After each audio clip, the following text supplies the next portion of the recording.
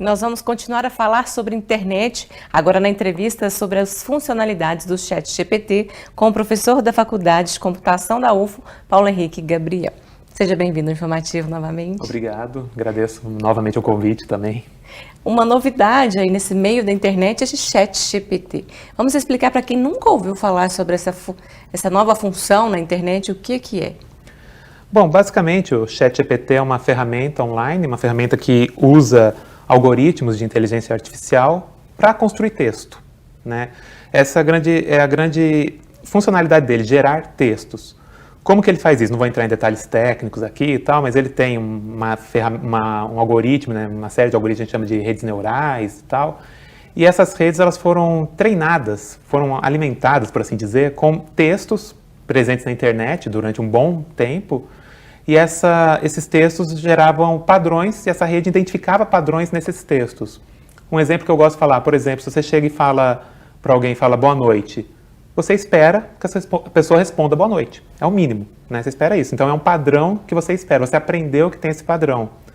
E a ferramenta automaticamente, vamos dizer assim, entre algumas aspas, né, aprendeu padrões na escrita de textos.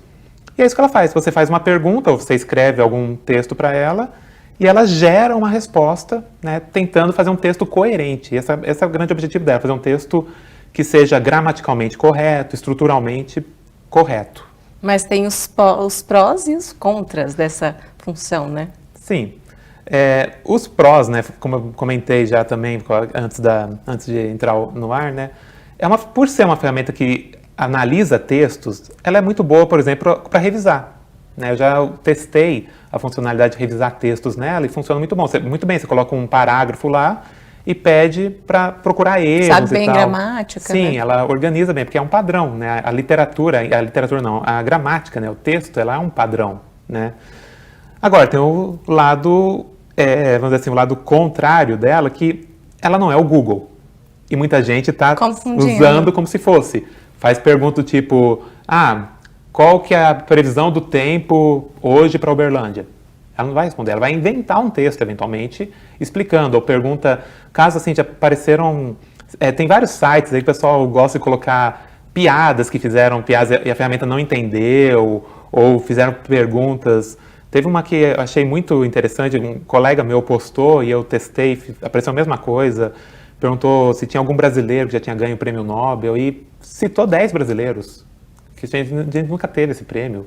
Então tem que tomar muito cuidado com a questão de pesquisa. Sim, chegou a citar que o José Saramago foi radicado no Brasil, portanto o Brasil também tem o Nobel. Eu falei, gente, eu acho que eu pesquisei até a biografia dele, falei se era verdade essa questão, se ele tem naturalidade brasileira, ele não teve. Então, quer dizer, citou o Carlos Chagas, César Lattes, eles foram nomeados, né, foram considerados, mas nunca ganharam o prêmio. Então tem isso, ela não é uma ferramenta de busca, ela é uma ferramenta de geração de textos, e pode ser muito útil ser usada dessa forma.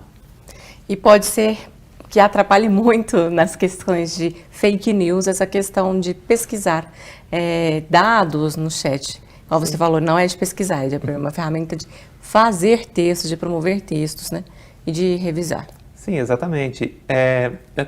Eu gosto até de mencionar, né, até uma questão, vamos dizer assim, quase filosófica, né?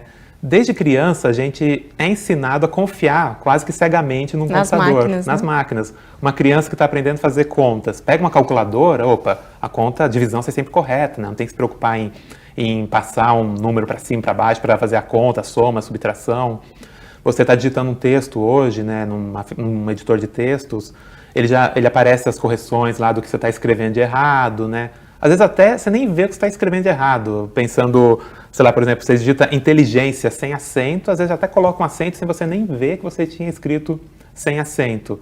Então a gente tem essa confiança meio que cega, muitas vezes, na máquina. E isso é perigoso. Se você pega uma informação falsa e ainda diz que essa informação falsa foi gerada por uma inteligência artificial, você pode... Na teoria não é uma inteligência. É uma ferramenta, uma máquina. Né? Então ela não é uma inteligência pura no sentido real da palavra. Então você pode endossar justamente isso, endossar informações falsas. Né? A gente viu agora há pouco a reportagem sobre informações falsas sobre vacinas e tal. Você pode falar, quem está falando não fui eu, quem está falando dos riscos foi o ChatGPT. Ok, mas não há um compromisso com a verdade no texto que ele está escrevendo. há um compromisso com as regras gramaticais, com coerência, com coesão. E, claro, ele tem uma bagagem, vamos dizer assim, de textos, né? Por exemplo, textos de... Na internet você tem textos de artigos mesmo, de Wikipédia, né? Artigos de dicionários e tal. Então, ele tem, ok, um compromisso ali com, vamos dizer assim, com a veracidade de alguns dados, mas não necessariamente com atualização desses dados, não necessariamente com toda a construção, no fim, não vai estar necessariamente correta, né, completa, ou trazendo todas as informações exatamente corretas. Né? Até porque é uma ferramenta nova, relativamente. Nova. Eu não sei exatamente, parece que foi lançado para o público nos últimos 6 meses, se não me engano, não tenho certeza dessa informação.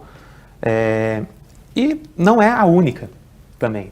Né? O ChatGPT ela é só mais uma dessas ferramentas que estão sendo pesquisadas. A própria Microsoft, né, ela financiou bastante o projeto da OpenAI, que é a empresa que mantém o chat. Né? Ela financiou a empresa, ela incorporou já no motor de busca do navegador da Microsoft, incorporou algumas questões dessa ferramenta. Mas a Google mesmo tem uma outra ferramenta chamada Lambda. Né? Ano passado teve até uma polêmica que virou um boato também, mas assim, um engenheiro da Google, ele se afastou do projeto porque ele estava acreditando que a ferramenta estava desenvolvendo fé religiosa. Porque o texto estava tão bem escrito que ele se convenceu, ele bastante religioso, ele se convenceu que eles estavam tendo um diálogo sobre Deus de uma maneira muito realista. Tem que tomar muito cuidado. Ele se afastou do projeto, né? Porque realmente não era que ela estava sendo correta. Você lê o texto que a IA gerou, muita ficção científica fez coisa muito parecida. Então, quer dizer, foi um texto bem construído, mas não representa um sentimento. O conteúdo já é outra coisa, né? E por que fala ChatGPT? Tem como bater papo também? Sim, ele funciona na base de perguntas e respostas. Você pode perguntar alguma coisa para ele ou pedir para ele falar sobre algum tema e ele vai te responder. Então, nesse sentido, é um chat mesmo. E você consegue manter a coerência com a conversa. Então, a partir de uma resposta dele, você pode simplesmente perguntar, fala mais sobre isso. Ele complementa um pouco mais, ou você pode tirar alguma dúvida. Você pode até corrigi-lo. Já aconteceu de eu, em alguns testes lá, falar, essa informação não é correta. Ele, desculpa o equívoco. Põe até um textinho assim, desculpa, na verdade eu me equivoquei e tal, e melhora alguma coisa. Você pode, inclusive, avaliar. Ele tem do lado da resposta um botãozinho de um joinha, né? Você pode clicar, joinha para cima ou para baixo, né? Você pode clicar e ele entende, a ferramenta aprende que aquela resposta não foi muito boa ou, ao contrário, foi considerada boa. E com isso ela tenta, em tempo real, melhorar o aprendizado.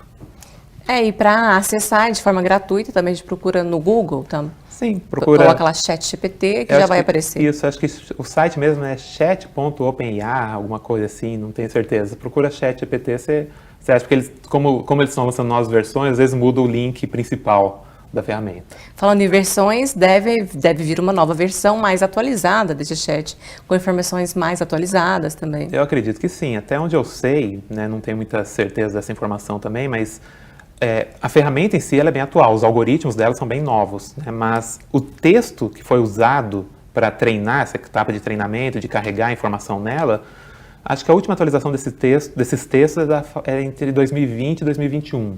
Então a gente tem aí um atraso de uns 2, quase 3 anos. Muita coisa mudou, né, Muita coisa Paulo? mudou. Você perguntar certas coisas, ele traz...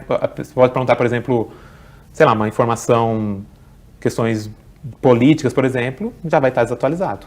Né, em relação a quem é o atual presidente do Brasil, ou quando foram realizadas as últimas eleições, ele vai trazer informações da eleição anterior. Então, resumindo, ela é uma boa ferramenta para produção de texto e revisão de texto. Vamos ajudar os colegas jornalistas também? Sim, pode ajudar. Eu acredito que ajuda. Jornalistas aí. Eu não creio, né? Já teve gente preocupada que vai substituir o emprego de jornalista. Eu duvido é a próxima pergunta. Duvido que isso aconteça no futuro próximo, mas eu acredito que seja uma boa ferramenta que pode auxiliar.